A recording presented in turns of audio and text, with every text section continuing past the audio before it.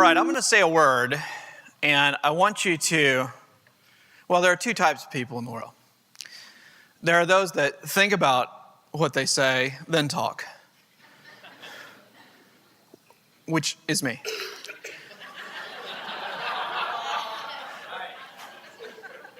I love the Loft so much. I really, really do. And then there are those that just shout it out. So whichever one you are, just kind of work with. I guess you have to, because that's who you are. But I'm going to say a word and just kind of blurt out or shout out or think about, then say later what the first thing or image that comes into your head is. And the word is home. Family. Food. I like you so much. Food. House. Church. I like you too. If you just put your offering and let you go, you get it. You can go early. What else? Sorry, say it louder. Sleep. Wow. Refuge. Love. There we go. I knew we'd get there. Yeah. Work. That was a mom. Are you a mom? Yeah. You know, if I were to ask you about your home, you might tell me about a place. You know, you might tell me about an address. You might go to Google Earth and show it to me, but I don't think we would stay there very long.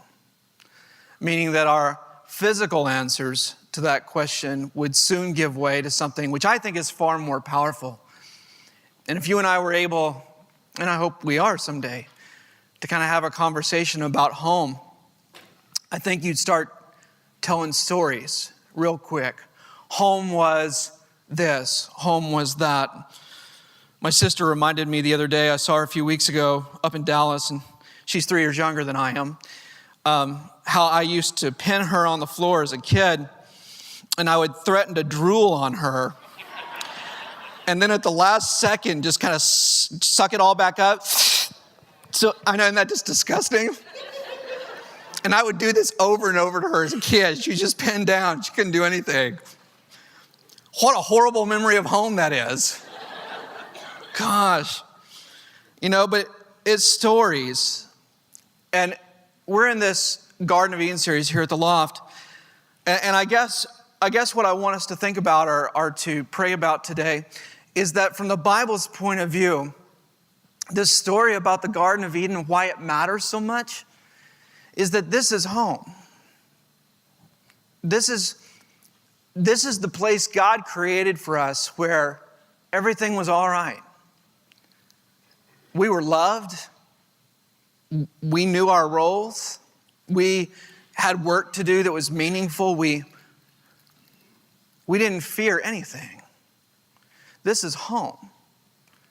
And, you know, the tragedy is it's been lost for us. And I wonder if within you and I, as we think about the garden and what it is, I wonder if there is any sort of burn within you to say, you know what? I want to get it back. Home has been lost. I mean, if your home suffered a fire, it's been robbed, I mean, for a lot of people, I suppose that's happened, you know, you would instantly work to reclaim it. And again, from a Christian point of view, this home that we had was lost. We can still see evidence of it. But within us, I think Christ has sort of put a desire or is asking us a question to say, are you really willing to work with me so that we can get this back? Because I find Christians can kind of have a few options. Some read the Garden of Eden story and they say, there's nothing we can do about it. It's been lost in heaven. We'll get it back and we'll just do the best we can. Sort of a view you can have of this world.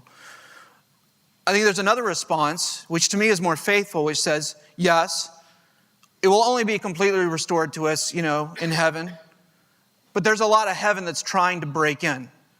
And Jesus came to this world to make it better. So hopefully what we can do as a response as Christians is to say we're with Christ in this life and in the one that is to come, so that we can reclaim this garden.